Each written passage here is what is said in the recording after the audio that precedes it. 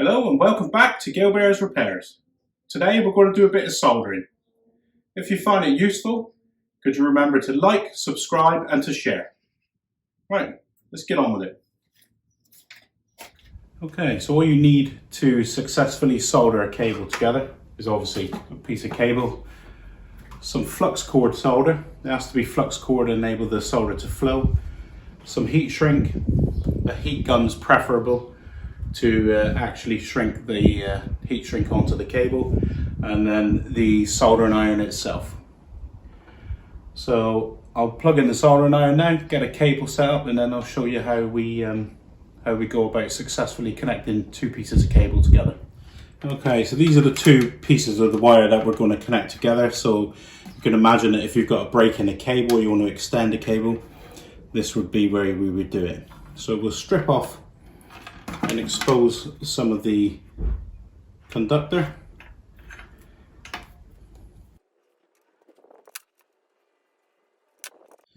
So there we are, we've got two pieces of exposed conductor now. That's what it should look like, nice and clean, no green on there or dirt or anything, nice clean copper. So what I like to do here is twist these two together,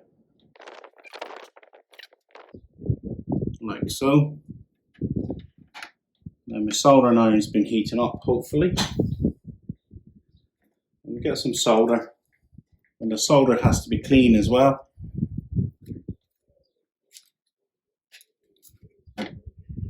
So cleanliness is important on this job.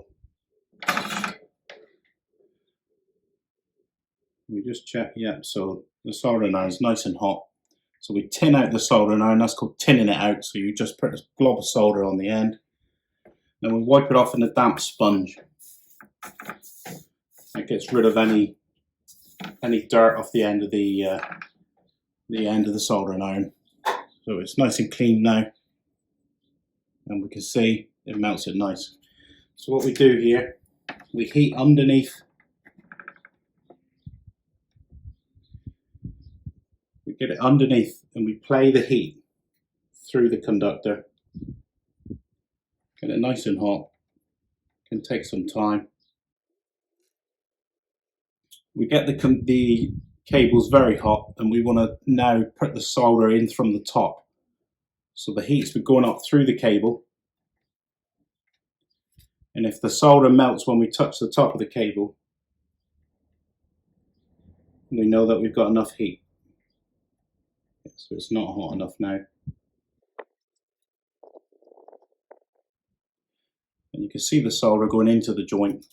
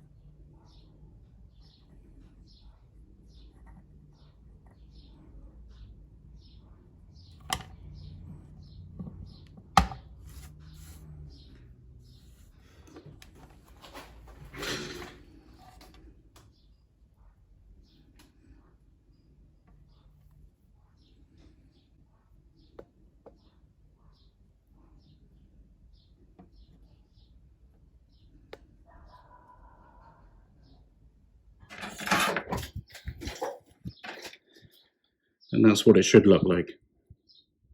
Solder all the way through. And that will be successful for many years.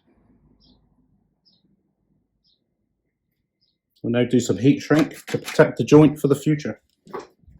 So the next thing to do to have a successful joint is to get some heat shrink. I've got some clear stuff here and some blue stuff. It doesn't really matter what you use. I'll use the clear so you can see the joint through it. So you slide it on. You would have to slide this on before you solder. Put it in the center there, just like that. And we just get a heat gun.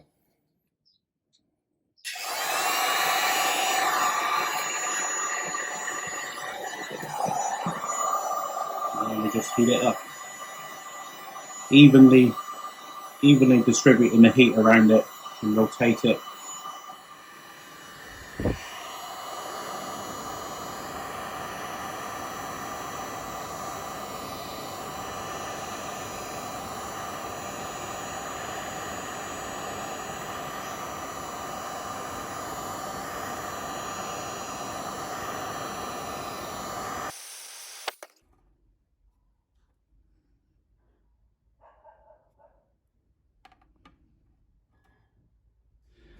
That will be a very successful solder joint there, protected from the elements, so it should last for many years.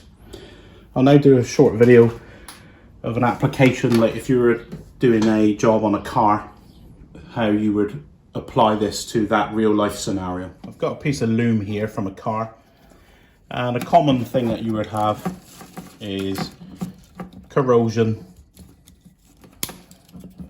on the pins in there, and maybe a pin corroding away, and therefore the electrical connection is not made. So if you've identified that sort of fault, rather than getting involved with new pins or new sockets, this is where soldering a cable, this is where we would use this in an application. So I'm going to cut here, and then we'll bridge it. And we'll do a hard link across the bad joint if this was a bad joint. So I'll cut that now.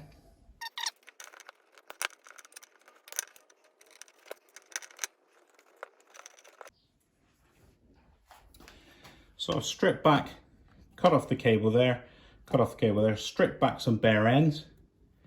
I've slid on a bit of heat shrink. First, you have to do this first because you can't do it afterwards, so I'll slip him on here, look. So now we just, again, twist these together.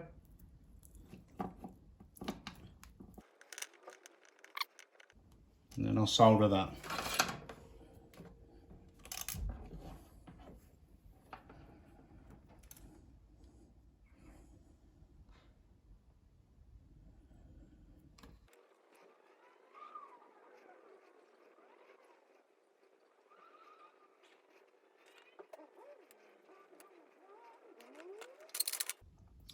So that's that end soldered. I'll now twist the other end and solder that up.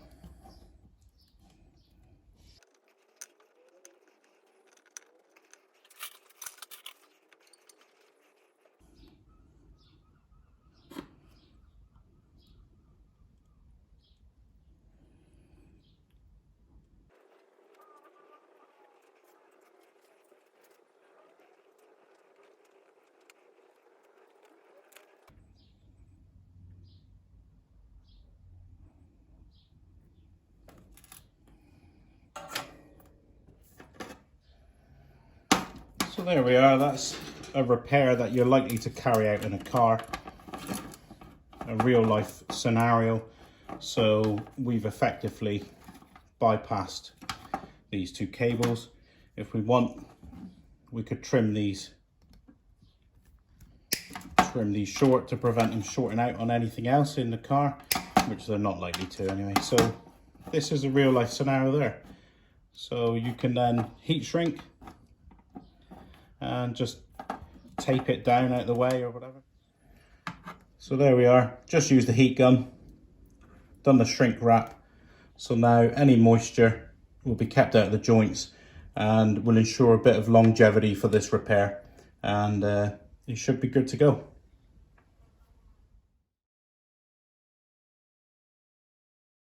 Would be a long-term joint that would be right, so that's the soldering done.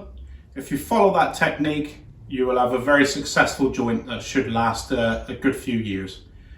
So if you found it useful today and this gives you the confidence to carry out the job yourself, could you remember to like, subscribe and to share. And I'll see you next time.